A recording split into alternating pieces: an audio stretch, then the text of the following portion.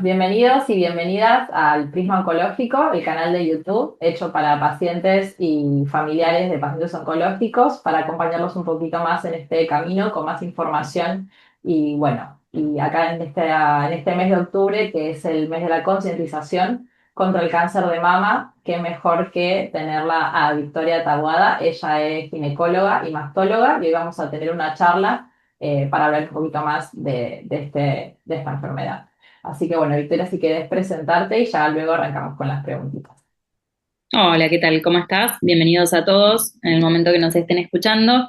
Bueno, mi nombre es Victoria Taboada, contenta de estar acá con esta invitación como para llevar información.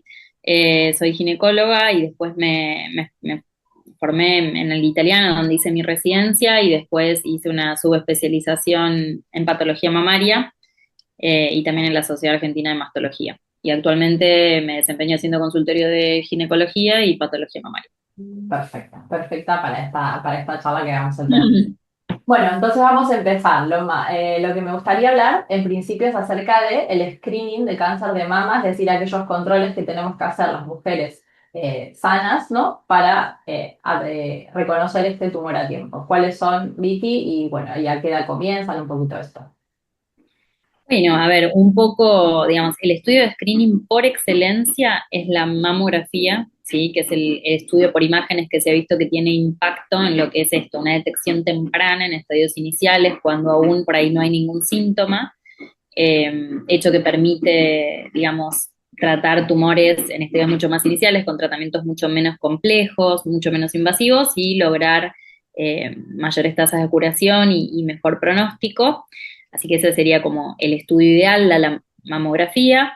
Después tenemos algunos otros estudios que son complementarios, que un poco en función un poco de la edad y otros factores de riesgo, el ginecólogo o eventualmente si consultaran con un mastólogo decidirán si es necesario agregar algún otro estudio, como puede ser una ecografía, en algunos casos una resonancia, otro estudio es la tomosíntesis, bueno, son distintos estudios que un poco en función de hallazgos y antecedentes y edad de la paciente uno decide. Este, pero bueno, por eso es muy importante la consulta con de inicio el ginecólogo como para evaluar el riesgo de cada paciente y un poco en función de eso elegir desde cuándo. Acá en Argentina, por ejemplo, la Sociedad Argentina de Mastología plantea en líneas generales hacer una mamografía de base entre los 35 y los 40 Bien, y luego mamografías anuales a partir de los 40 años. bien. Esa es una recomendación, pero bueno, después dependerá de algunos otros factores. Y esos factores, por ejemplo, ¿qué factores una tiene que tener en cuenta para decir, bueno, yo quizás, según este antecedente o tal y cual, necesitaría empezar un poquito antes el screening? Ok, a ver, el cáncer de mama es el tumor más frecuente en la mujer, entonces, bueno, no es raro que por ahí algún antecedente familiar haya, ¿sí? Eh, en general, si por ahí es un antecedente aislado, uno sugiere iniciar los controles 10 años antes de la edad del diagnóstico de aquel familiar afectado. No sé, por ejemplo, si mi mamá tuvo un cáncer de mama a los 45 años, bueno, por ahí empezar con mamografía a partir de los 35, ¿sí? Que sería adelantar un poquito el control.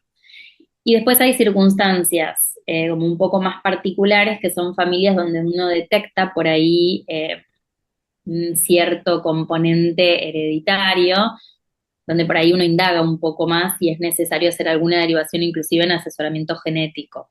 Bien, Eh, en qué escenario uno sospecharía eso, por ahí en personas con diagnóstico del cáncer de mama antes de los 40, 45 años, cuando hubo algún hombre afectado, cuando alguien tuvo un cáncer de mama bilateral, cuando bueno, hay varios miembros en una familia, algunos tipos de tumores, por ejemplo, los que son los triples negativos, la asociación entre, por ejemplo, cáncer de mama y cáncer de ovario, bueno, en esos contextos es donde por ahí uno dice, bueno, quizás en esta familia no es que sea algo esporádico y hay algún tipo de predisposición genética. claro, que hay que prestar un poco más de atención y quizás empezar y consultar antes. Y con respecto a esto, los tan famosos BRCA1 y BRCA2, ¿no? Que son, bueno, esto, predisposición genética para el cáncer de mama, ¿qué nos puedes contar y qué implica si una paciente, por ejemplo, es portadora?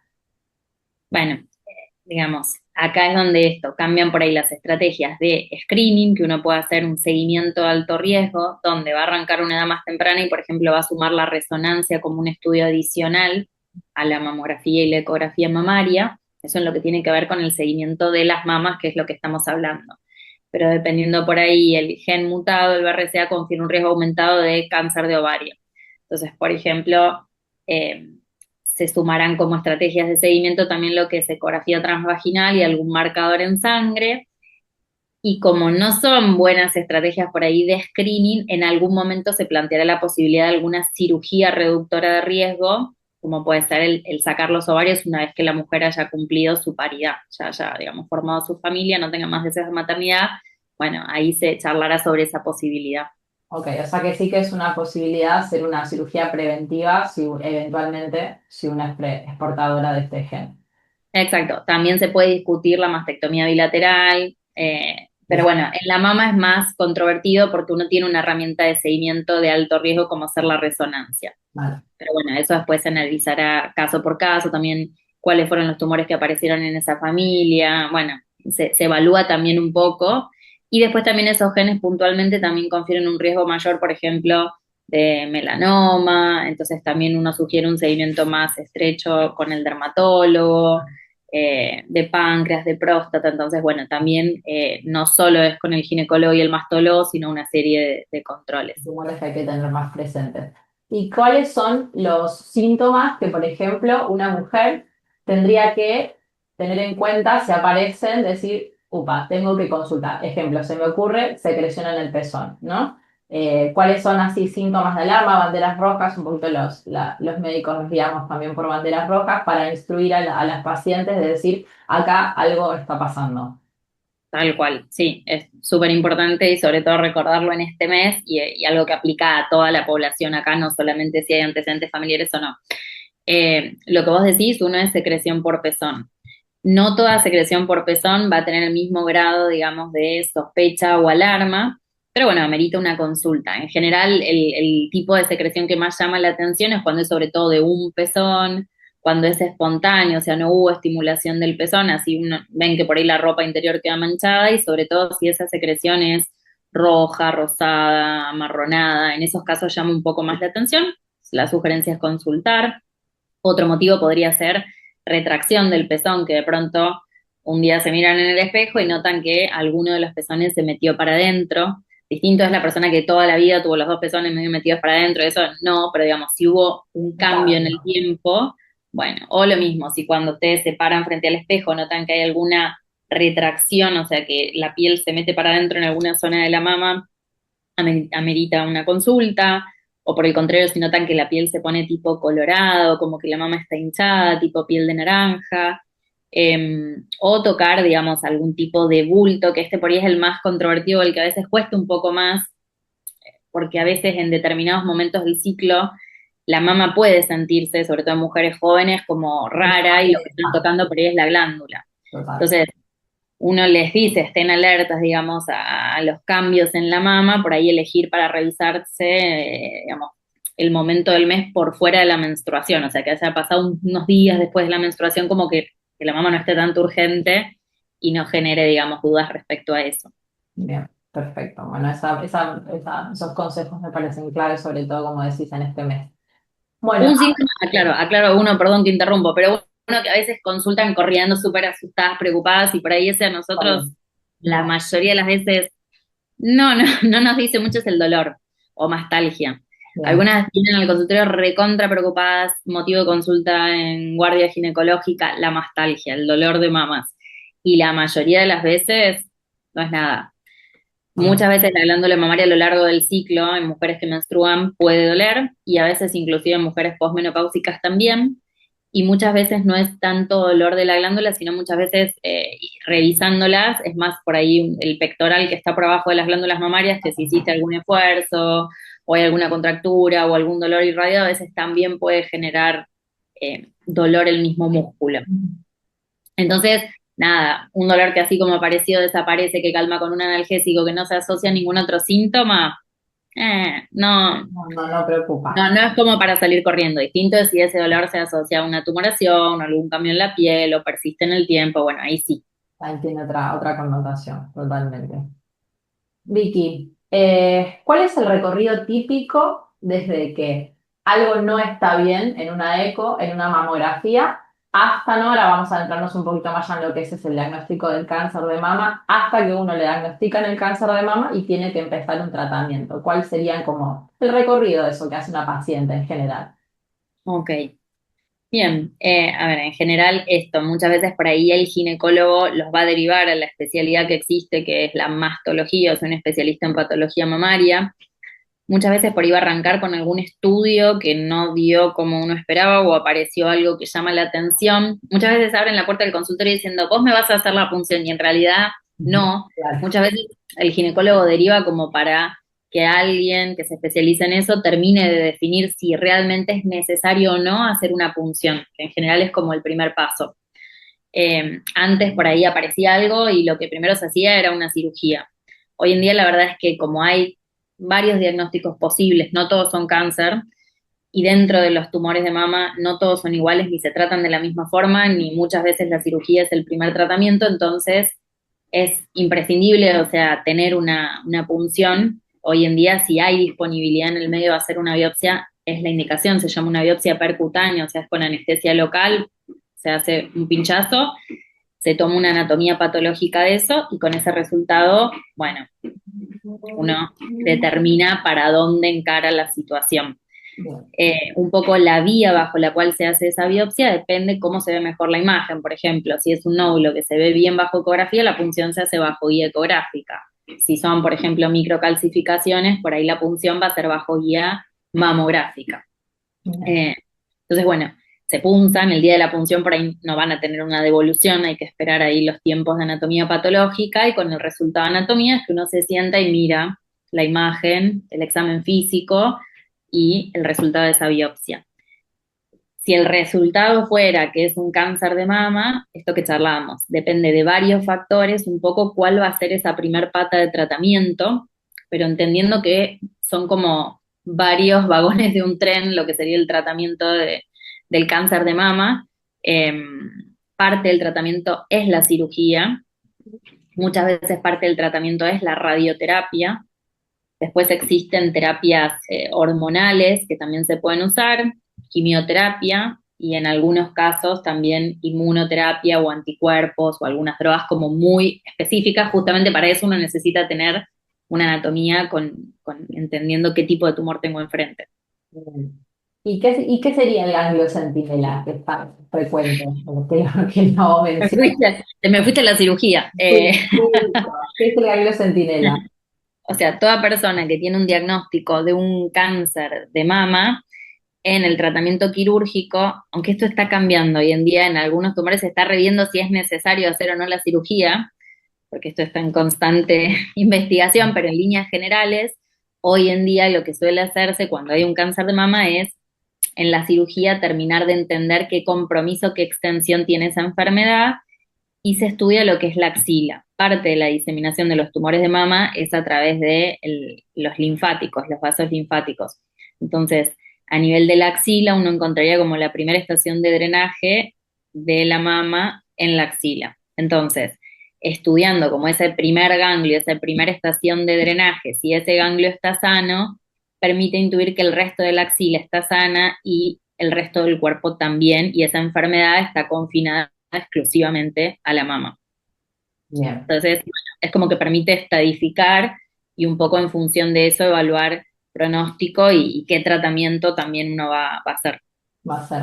Y la cirugía, ¿no? En el caso de que esté indicada la cirugía, ¿cómo deciden si es cirugía conservadora versus mastectomía, por ejemplo? Bueno, o sea, la cirugía conservadora es sacar el tumor con un margen de tejido sano versus mastectomía, que es sacar toda la glándula mamaria. Este, en términos, digamos, de tratamiento, de qué tan eficaz es el tratamiento, son equivalentes el hacer una cirugía conservando la mama y después la radioterapia que charlábamos, que una mastectomía. Entonces, en general, digamos, siempre que sea posible, uno va a intentar conservar la mama. motivos por los cuales uno elegiría una cirugía más grande tienen que ver si el tumor, digamos, es grande, entonces, que no hay un número exacto, depende un poco el tamaño de la mama y la relación entre el volumen del tumor y la mama. Eh, Depende ese tamaño, digamos, si fuera un tumor muy grande, una vez se elige una mastectomía, o muchas veces cuando hay más de un tumor, y es un tumor multifocal, que tengo como dos zonas distantes de la mama, también prefiero hacer una mastectomía, o alguna paciente que por algún motivo no pueda hacer una radioterapia, bueno, uno decide hacer una mastectomía, que es sacar toda la glándula. Bien, perfecto. Y en el caso de hacer una mastectomía, ¿en el mismo acto se puede hacer la reconstrucción mamaria o sí tiene que ser en un tiempo posterior? No, la verdad, o sea, es que hoy en día, también, en cuanto a la técnica quirúrgica, siempre que sea factible, uno plantea el hacer una reconstrucción. Eh, de eso depende mucho la institución donde se trabaje, donde yo, en algunos de los lugares donde yo trabajo, en general trabajamos los mastólogos con cirujanos plásticos. Entonces, en la misma cirugía lo que se hace es, si es necesario sacar la glándula mamaria, el cirujano plástico a veces hace una reconstrucción con una prótesis, o sea, se coloca directamente una prótesis donde se sacó la mama. En otros casos se usan, por ejemplo, expansores, que es como si fuera una bolsita que se va rellenando con agua y en un segundo tiempo se pone una prótesis. Y en algunos otros lugares también se trabajan con algunas técnicas de tejidos autólogos, que se llaman. O sea, uno no coloca un material externo protésico, sino que, por ejemplo, agarra músculo de la espalda y lo lleva hacia lo que es la zona de la mama o desde el abdomen. Bueno, hay como distintas técnicas reconstructivas. Ya, bien, Salvo algunas situaciones muy puntuales por ahí de tumores localmente un poquito más avanzados, que uno por ahí desaconseja la reconstrucción, en la mayoría de los casos siempre se propone. bien. Mira, esa última que mencionaste no la tenía. Con respecto a, bueno, volvamos un poco, esto es para pacientes y familiares, ¿no? Entonces, sin ser ir tan al detalle, pero bueno, porque los tumores hablan así, ¿qué implica, ¿no? Los receptores hormonales, la típica triple negativa, ¿no? Hoy en día que los tumores de mama los clasificamos de esa manera, ¿qué implicancias tiene sobre todo en el tratamiento y pronóstico para las mujeres? Cuando reciban la anatomía patológica, consejo, o sea, no la miden hasta que no vayan y se sienten con su médico. Organícense, ármense alguna carpeta donde puedan ir poniendo todos los estudios, porque después van a llegar a la consulta y cada vez van a ir viendo que son por ahí como más cosas. Entonces está bueno tener las imágenes por un lado, la anatomía por otro, bueno, ir armando una carpeta como para que eso esté ordenado. Y la parte de anatomía patológica les va a aparecer por ahí a priori un chino si la intentan Descifrar leer fácil. solos o con chat GPT no, o sea, paciencia hasta la consulta, pero van a ver varias hojas. En general, primero hay una descripción histológica donde el patólogo describe lo que ve al microscopio, que tiene más que ver con las características de las células y es la histología. Y a continuación hay una serie de hojas con la inmunohistoquímica, esto que vos planteás, que se hacen determinadas tinciones y demás sobre esa misma biopsia que se hizo, y se analizan como tres cosas. Uno que son receptores hormonales, otro que se llama el HER2, que es una proteína que puede estar expresada o no en las células del tumor, y el Ki67 o el grado de proliferación de las células. Con esas tres cosas, digamos, es que uno puede categorizar a los tumores. Básicamente, a grandes rasgos, o sea, en tumores luminales, que son los que expresan algo de receptores hormonales, los que son los HER2, que expresan justamente este HER2 y pueden o no expresar receptores hormonales, y los triples negativos, que se llaman así porque no expresan ni receptor de estrógeno, ni receptor de progesterona, ni el HER2. Los más comunes son los luminales, que cuando hablamos de estos vagones de tratamiento uno sabe que van a ser por ahí candidatos a algún tipo de hormonoterapia. Entonces, el saber esa característica del tumor a mí me habilita una herramienta terapéutica. Versus, por ejemplo, los HER2 que son, digamos, sensibles a usarse una medicación muy específica que ha cambiado mucho el pronóstico de esos tumores, que son anticuerpos monoclonales dirigidos contra Esa ese pregunta. tipo de tumor.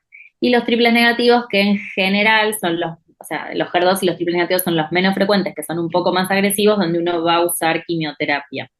Bien, Salvo tumores muy chiquitos que por ahí no, pero en general, eso. Un poco, digamos, la inmunohistoquímica define el tratamiento, si es necesario esto, hormonoterapia, quimio, inmunoterapia, eh, un poco eso. Y en los triples negativos, por ahí en los HER2 de determinado tamaño, hoy en día se usa mucho la quimioterapia neoadyuvante, que es esto que charlamos, antes de hacer una cirugía, hacer algún tipo de tratamiento sistémico y después, digamos, en un segundo momento, el hacer la cirugía. Con el objetivo de reducir el tamaño tumoral.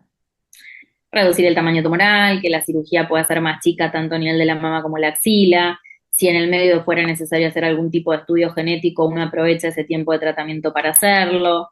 Y por el otro lado también tiene implicancias en que uno está viendo qué respuesta al tratamiento en vivo tiene ese tumor y por ahí después de la cirugía elijo seguir con un tratamiento u otro tratamiento dependiendo qué tanta respuesta haya tenido a ese tratamiento inicial.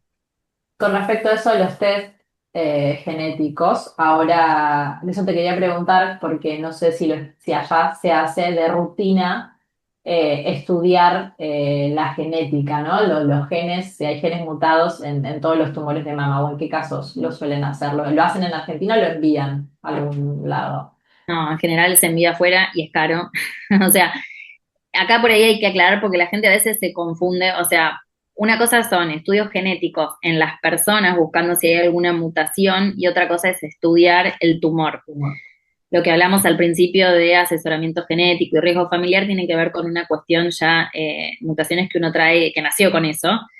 Esto que estás vos mencionando ahora, Caro, tiene que ver con estudiar el tumor y son plataformas genómicas, existen distintas plataformas que estudian distintos genes como para predecir un poco el riesgo de recurrencia de la enfermedad, o sea, que vuelva y el beneficio del agregado de quimioterapia. Esto sobre todo, la indicación está en los tumores luminales, que son estos que responden más a la hormonoterapia y qué sé yo, pero bueno, hay algunos luminales que por ahí no son tan indolentes y que por ahí se beneficiarían con el agregado de la quimioterapia. Cuando uno no cuenta con plataformas genómicas, se guía un poco por el tamaño del tumor, por el grado histológico, por el Ki, digamos, se guía por otras herramientas, pero idealmente si uno pudiera pedirlo, le pediría a a todos los luminales una plataforma genómica, Bien. como para, de nuevo, a la que necesita la quimioterapia, no saltearse ese tratamiento, pero tampoco darle una quimioterapia en exceso a alguien que por ahí no la necesita. Bueno, es a lo que va la oncología, ¿no? A tratar de dar tratamientos individualizados en función del subtipo tumoral. Me parece que en general la oncología va para ese lado. Y con Re. respecto a la terapia hormonal, un poquito ya Sí. adelantaste, que probablemente son las pacientes con tumores luminales, ¿no? Con receptores hormonales, entonces un poquito quiénes las reciben, por cuánto tiempo y, pregunta súper importante, ¿qué efectos, ¿no? colaterales tienen en la mujer, ¿no? que va a estar con tratamiento hormonal? Bueno, como charlamos, o sea, la mayoría de los tumores son luminales, entonces muchas pacientes van a ser candidatas a recibir hormonoterapia. Existen distintos tipos de hormonoterapia, por ahí las más comunes o las que más pueden haber sido a escuchar en alguien que usó tamoxifeno es una, y otros son los inhibidores de aromatasa, por ejemplo, el anastrozol. Eh, en general, en todo tumor luminal se sugiere el agregado posterior a la cirugía y demás, como para esto, inhibir, o sea, para disminuir la chance de que la enfermedad vuelva. Eh, ¿Qué hormonoterapia uno elige? Depende un poco, si la mujer menstrua o no, porque depende un poco el mecanismo de acción a donde uno apunta. Eh, un poco depende el tipo de tumor. Para tumores que por ahí fueron un poquito más agresivos, uno prefiere el inhibidor de aromatasa que tiene como un ligero beneficio, pero después también depende el perfil de toxicidad. En general, digamos, como síntomas más comunes pueden llegar a generar algunos síntomas similares a lo que es menopausia, con sobre todo sofocos, a veces pueden generar, digamos, sequedad vaginal, algunos pacientes plantean que aumentan un poco de peso, eso muchas veces, a ver, depende mucho, o sea, es como muy multifactorial, pero bueno, describen como aumento de peso. Con el tamoxifeno, como otros dos efectos que son mucho menos comunes, pero a tener en cuenta son el riesgo de trombosis, o sea, de que se forme algún coagulito en alguna vena profunda, no varices, no algo superficial, sino una trombosis. Eh, y lo que tiene que ver con el efecto que tiene proliferativo a nivel del endometrio, que acá es como, bueno, pero me estás dando algo que en teoría es para prevenir un cáncer y me va a Bueno, generar otro. fantástico.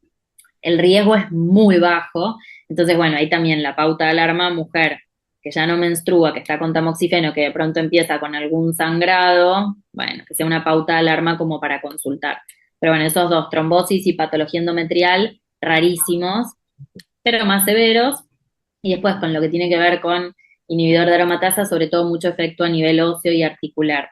Entonces también ahí estar atentos y hacer un seguimiento de todo lo que tiene que ver con Metabolismo. metabolismo fosfocálcico y salud ósea. Perfecto. Y con respecto Y a... eso, Sí, perdón, son tratamientos, a ver, si bien la quimioterapia también tiene lo suyo, por ahí son tratamientos más acotados. Las hormonoterapias duran a veces entre 5 y 10 años. Entonces, por ahí es como que uno se lo toma como, bueno, no es nada, el tamoxifeno, qué sé yo, pero bueno, después son varios años que hay que estar tomando esa medicación y por ahí en una mujer que ya está en menopausia no tiene tanta implicancia, pero en mujeres jóvenes que empiezan con hormonoterapia bueno, y por ahí se hace un poco más total. cuesta arriba. Total, y a raíz de esto era la pregunta que te iba a hacer justamente en pacientes premenopáusicas y el tema de la fertilidad, ¿no? Mm.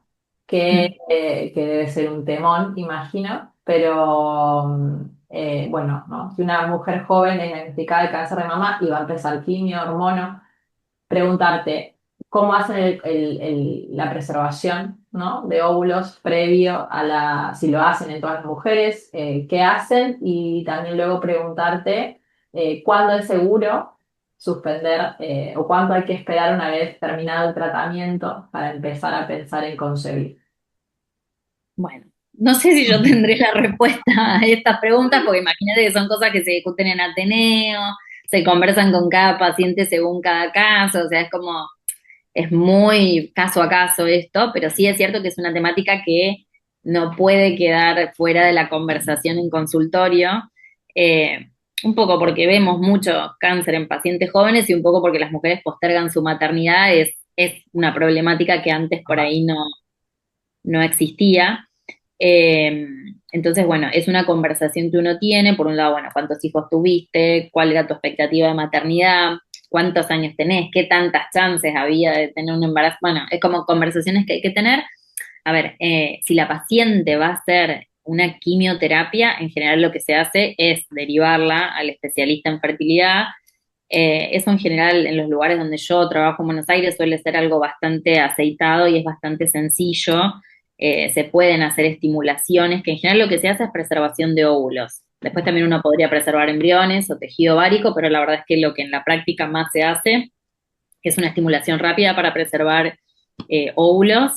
Eh, que no retrasa el inicio del tratamiento y por el otro lado tampoco empeora el pronóstico de la enfermedad. Entonces es algo que pueden hacer tranquilas. Eso, digamos, por un lado. Y después lo otro que se puede usar son análogos, que es medicación inyectable que se usa una vez por mes y lo que hace es como generar una menopausia medicamentosa y que eso también protege un poco a los ovarios durante el tratamiento con la quimio. Después, digamos, lo que es la cirugía, la radioterapia de la mama y el tamoxifeno no tienen ningún impacto sobre el ovario. Sí, el impacto que tienen muchas veces es la demora por estar en ese tratamiento y la postergación de la búsqueda. Eh, un poco, digamos, la mayoría de los estudios que existen y que se publicó hace poco habla un poco sobre de tumores luminales, que son estos que por ahí van a hacer cirugía, rayos y tamoxifeno. Y lo que se ha planteado por ahí es que después de un año y medio de estar haciendo el tratamiento con el tamoxifeno, uno podría interrumpir, encarar la búsqueda, ya sea con óvulos propios, preservados, digamos, o como sea, interrumpir y después retomar para completar ese tiempo que falta de tratamiento. Y se han hecho estudios de seguimiento a varios años y se ha visto que en esas mujeres que hicieron eso no tuvieron, digamos, un impacto negativo en mayor recurrencia de la enfermedad. Bien. Así que bueno, eso, pero después quedará a evaluar, digamos, no es lo mismo un luminal que un HER2, que un triple negativo, que si hubo que hacer quimio, no, depende un poco del estadio, la evolución de la enfermedad y bueno, y el deseo de la paciente. Pero hay que tener esa conversación. Sí, sí o sí. Bueno, es justo más muy importante por lo que decías, ¿no? Cada vez uno más retrasa la maternidad. Vicky, hasta ahora hablamos en general de las pacientes que son diagnosticadas en estadios tempranos, ¿no? Y hoy justo que antes de reunirnos decíamos que es el día del cáncer de mama metastásico, ¿no? Es aquel tumor que se diagnostica cuando está más allá de la mama, ¿no? En diferentes huesos, hígado, cerebro, muchas veces también es un sitio muy frecuente de metástasis. ¿Es una enfermedad de por vida? Y a ver, un poco cambia el estadio. Hay pacientes que son diagnosticadas de inicio como metastásicas, hay otras pacientes que de inicio tuvieron un estadio inicial y que puede volver la enfermedad bajo la forma de metastásica. La verdad es que un poco, sí, cambia un poco el abordaje de la patología. Eh, un poco lo que uno tiene es un montón de tratamientos sistémicos, esto que charlamos un poco, dependiendo, digamos, del tipo de tumor, que lo que pueden hacer es, bueno, muchas veces mitigar los síntomas, achicar la enfermedad, hacer que desaparezcan inclusive algunas lesiones, pero bueno, condicionan que esa paciente va a tener que estar haciendo algún tipo de tratamiento activo como para controlar la enfermedad. Más allá después de muchos otros tratamientos que puedan hacer dependiendo de si eso genera algún síntoma o no. Y además de tratamientos sistémicos, también, por ejemplo, muchas veces radioterapia para determinadas ubicaciones de algunos tumores por fuera de la mama también se pueden usar. Sí pasa por ahí a un segundo plano el tema de lo quirúrgico, depende de la ubicación, pero digamos, es como que por ahí son terapias más Sistémicas. generales, sistémicas que uno usa. Y hay un montón de líneas de tratamientos, no es que es una sola alternativa y si eso no funciona, listo, ya está, no hay. Cada vez es como que hay más líneas de tratamiento dependiendo del tipo de tumor, Sí, ni hablar de los ensayos clínicos, ¿no? También que es tal cual. una de las líneas. Bueno, Vicky, acá ahora te quiero hacer una pregunta que imagino que es una parte difícil de tu rol como médica, pero necesaria y bueno, y creo que, a ver, súper importante porque literalmente, ¿no? Es un momento que las pacientes recuerdan, ¿no? Porque cambia un poquito tu vida, ¿no? Al recibir el diagnóstico de un cáncer. Entonces, ¿qué estrategias? ¿Tenés alguna estrategia para dar un diagnóstico así cuando viene la paciente al consultorio? No sé, citarla con un familiar, ¿no? Un poquito, algo que uses. Ay, sí, es Ah, re difícil, como bien vos decís, es como que no hay, o sea, no hay una buena forma de dar malas noticias. Y la verdad es que durante la carrera en sí, tampoco en la currícula hay como mucha formación respecto a esto. En la medida que, no sé, la residencia y demás, que uno se va como, va entrando en contacto con pacientes, va como por ahí desarrollando aptitudes, pero es más con la práctica que de otra forma. total. Eh, un poco a ver lo que vos decís por ahí de cuentagotas, en alguna paciente donde yo solicito alguna punción y tengo una muy alta sospecha por ahí, bueno, ya cuando la mando a punzar es como que le digo, voy como dejando como una semilla, bueno, puede ser que nos encontremos, digamos, con algún diagnóstico que amerite hacer algún tipo de cirugía, bueno, voy abriendo un poco el paraguas, lo que vos decís por ahí de siempre venir acompañado a la consulta suele ser también una buena estrategia, que haya más orejas que presten atención, porque muchas veces desde el momento que uno dice es un cáncer, es Ya como, está, no hay ya más, está, no lo escucha todo más. lo demás que se dijo ya no se entiende. Después, a mí me gusta como, a ver, censar del otro lado, porque uno tiene enfrente pacientes muy distintos y uno lo va percibiendo también eso. Hay gente que necesita saber lo suficiente y ya, y hay gente que necesita más información. Entonces, como captar hasta dónde el otro puede o quiere procesar y entender. Y siempre como, bueno, intentar, más allá de lo malo que estoy diciendo, como, bueno, pero es chiquito, bueno, es un estadio inicial, bueno, tiene esta inmunohistoquímica que permite hacer este tratamiento, como esto, mostrar que es la realidad, digamos, que siempre hay algo para hacer y que estoy para eso, ¿no? Como para mostrarle cuáles son las alternativas que tiene y eso, con información, tomar una buena decisión. Pero no hay forma. No hay una buena forma y siempre, o sea, por más que lo sigo haciendo y sigue pasando el tiempo, ese momento no deja de ser un momento que cuesta. Cuesta, total. Cuesta y uno emocionalmente también tiene que prepararse. A mí me acuerdo que, bueno, yo que puntualmente me enfoqué un poco más para la parte de paliativos, así que a mí me toca. la parte más del final, ¿no? Y dar algunas noticias también difíciles. Me acuerdo cuando nos estábamos formando que decían que en el momento, ¿no? En el que uno transmite una mala noticia como esta, ¿no? Cáncer, el diagnóstico o que ya no hay más tratamiento, eh, la persona o el familiar, ¿no? Se lo va a recordar toda tu vida y te va a recordar toda la vida cómo se lo dijiste, las palabras que utilizaste, emocionalmente lo que se movía en ese momento. Y a mí eso, cuando me lo dijeron, a mí me cambió por completo.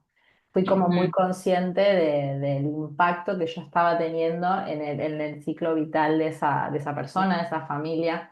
Así que, nada, sobre todo en estas pacientes que son enfermedades súper, bueno, ¿no? Pacientes muy vulnerables, hay que tener mucho, no, mucho tacto también en cómo dar una noticia así. Y Eh, con respecto también hacia lo emocional, que, bueno, estos están en contacto, ¿cómo ves, cómo crees que afecta emocionalmente, ¿no? El impacto que tiene este tipo de enfermedad, sobre todo porque se diagnostica muchas veces en pacientes jóvenes en la imagen, ¿no? La autoestima de las pacientes, en su rol, ¿no? De mujer joven que trabaja, que estudia, madre, pan, bloom, viene un diagnóstico así. sí, o sea, bueno, igual, a ver, hay tantas reacciones como personas, ¿no? Es como uno ve de todo en el consultorio, desde gente que lo racionaliza, que ya lo leyó, que ya sabe lo que tiene que hacer, que ya estuvo leyendo, que me dice lo que vamos a tener que hacer. Gente esto, gente que le tengo que repetir 5 veces y parece que es como que no, es como, bueno, hay un tumor, es un tumor maligno, es un cáncer, y es como que parece que no, la ficha no cae.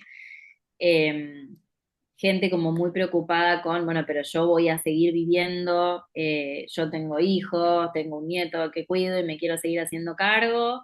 Gente donde prioriza la imagen corporal y esto. Pasamos de una primera conversación donde era voy a vivir y la segunda es pero qué tan grande va a ser la cicatriz.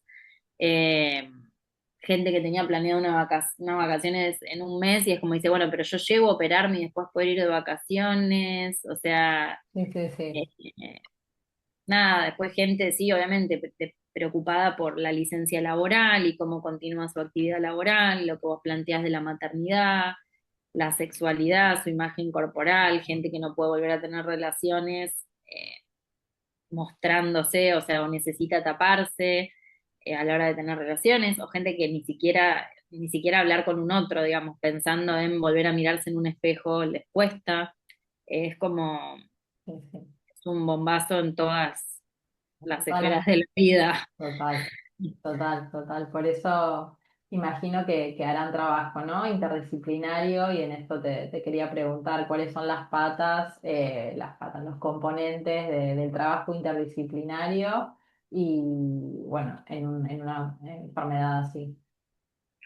Bueno, a ver, en uno de los espacios donde trabajo hay lo que uno llama una unidad de mastología, que yo creo que por ahí es como la mejor forma de trabajar, donde uno en un mismo edificio inclusive tiene esto, las distintas especialidades, esto, alguien es joven, tiene que hacer una preservación de óvulos, entonces uno va e inclusive tiene ahí a 2 consultorios, el especialista en fertilidad, entonces puede gestionarlo rápido, o la consulta de asesoramiento, si voy a hacer una quimioterapia, necesito que sea rápida esa consulta, no es lo mismo que otra que está indagando un poco del árbol genealógico, sino que necesito tenerla antes de que termine ese tratamiento para pensar qué tipo de cirugía hago.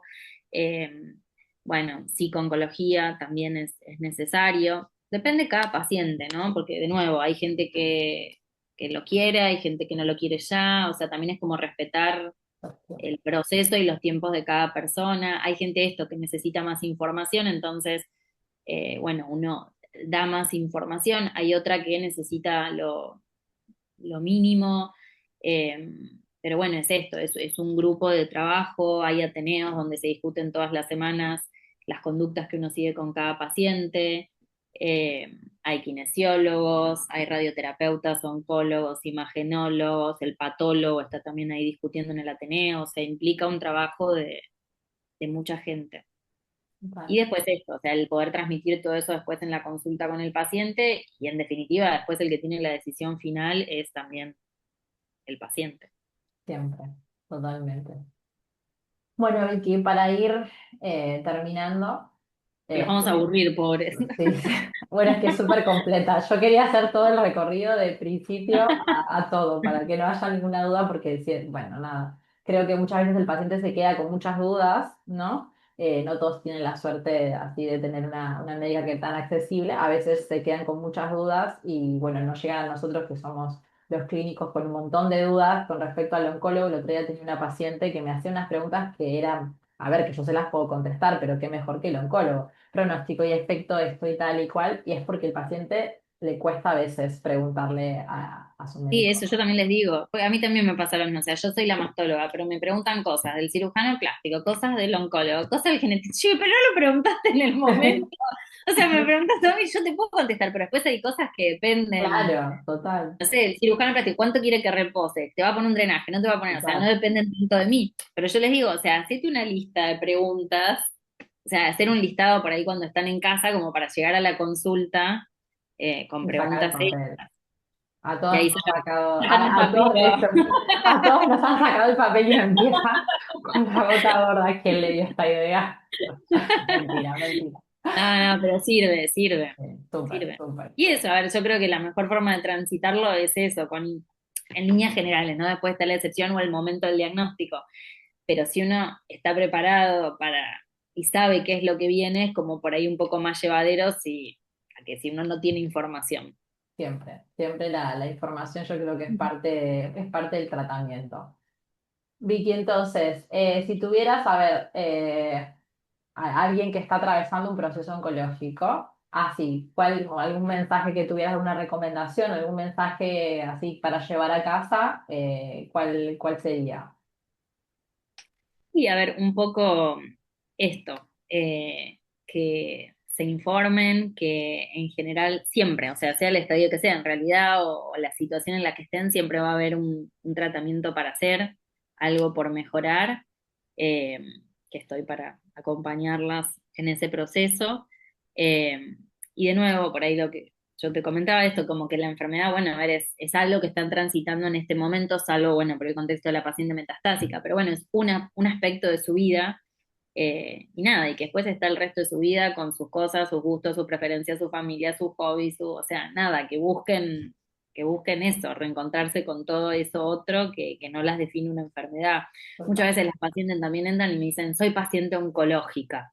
O una hoy me decían, como que se autorrotulan con el tema del cáncer. Es como, no, le digo, vos no tenés enfermedad, vos tenés un antecedente, un cáncer de mama, que esto vos decís es algo que marca mucho, pero bueno, no es el único condicionante de tu vida, vos sos mucho más que eso. Entonces, como buscarte y encontrarte en esas otras cosas. Total. Y generar red de apoyo, que eso es súper variable. Hay gente que no sé, encuentra en la familia, hay gente que al contrario, la familia se transforma por ahí en un lastre porque tienen que Claro, estar sí, total. conteniendo a la familia y cómo les digo y se pone mal. Pero bueno, encontrar a alguien que le genere confianza, que con quien pueda abrirse, con quien pueda descomprimir un poco la situación, porque solo por ahí es mucho. Es mucho. Sí, total, total.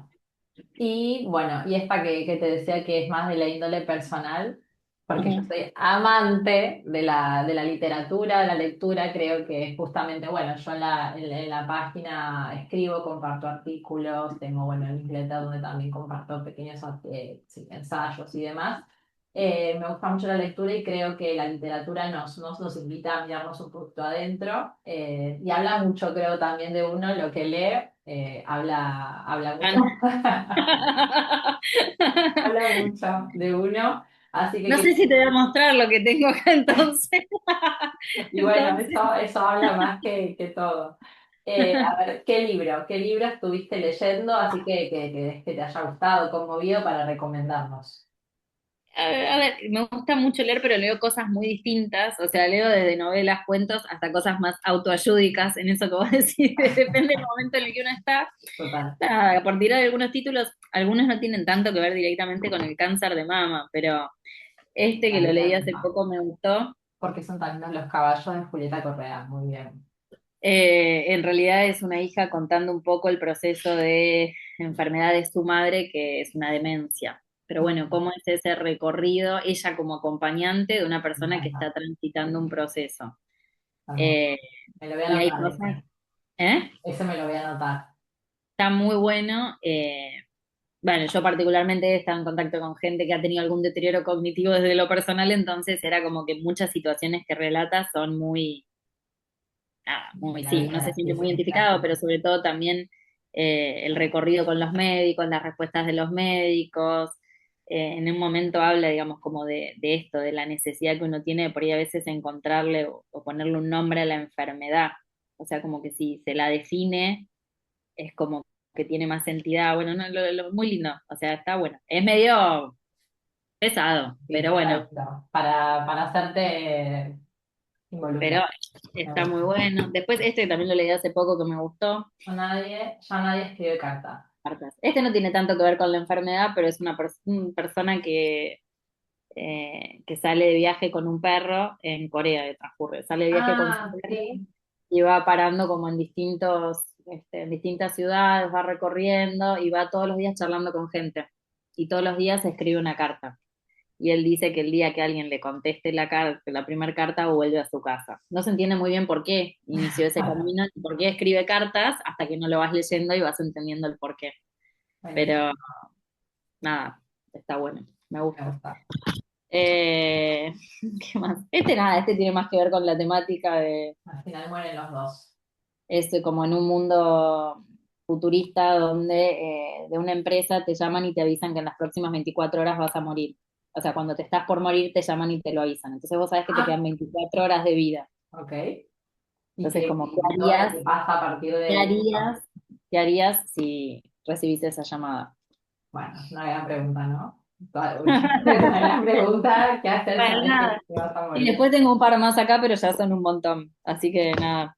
Bueno, me Pero encanta. yo también encuentro en los libros y después otra que a mí en lo personal me ayuda mucho y que yo intento transmitir muchísimo en el consultorio, que las pacientes mías van a decir que es real, la actividad física. O sea, yo en la actividad física encuentro también como, Total. más allá de que es obviamente algo saludable que aporta a todo, No, pero a te todo nuestro. conecta, te libera endorfinas, hay algo que se mueve adentro que después de hacer la actividad física para mí ya no pesa tanto. A mí me pasa eso. Exacto. Así que también, y todas saben que que la hago, la ejecuto. Entonces hablo desde, yo lo hago, uso y recomiendo. Yo se Así recomiendo la que, actividad física. así Totalmente. que sí, es otro canal interesante. Perfecto. Bueno, Vicky, me encantó. Estoy muy contenta. Pará, y quiero pasar un chivo que no es Ah, menor. chivo, eso, de la fundación, perdón. Este, soy parte de una fundación en esto, por ahí, ¿no? Si tienen un diagnóstico reciente o están medio como que quieren leer, pero bueno, tener cuidado de dónde leer, qué leer. Eh, Tenemos con un grupo de médicas también mastólogas, se llama Fundación Proyecto Mujer, tiene un Instagram donde hay ahí contenido y cada tanto tenemos también algunas actividades presenciales, algunas cuestiones que tienen que ver con información y otros que son talleres de arte terapia, de actividad física. Bueno, tuvimos hace poco uno de menopausia o cuidados de la piel en relación a tratamientos oncológicos, bueno, como distintas actividades, algunas presenciales, algunas virtuales, información que por ahí sirve. Perfecto. Sí, me parece Fundación muy bien. Proyecto. Proyecto Mujer. Sí, y bueno, Exacto. también seguir, ¿no? Los Instagram de los profesionales, que me parece que a mí me encanta que ahora haya toda esta movida de que los médicos podamos hablar en el idioma del paciente y poder informar, porque hoy Instagram es uno de los principales canales de información. Entonces, en esta era que es la desinformación, me parece que los profesionales que son los que atendemos a los pacientes y que considero que estamos muy bien formados, podamos acercar, ¿no? Y hacer ese nexo entre el mundo médico y todo lo que hay dando vueltas.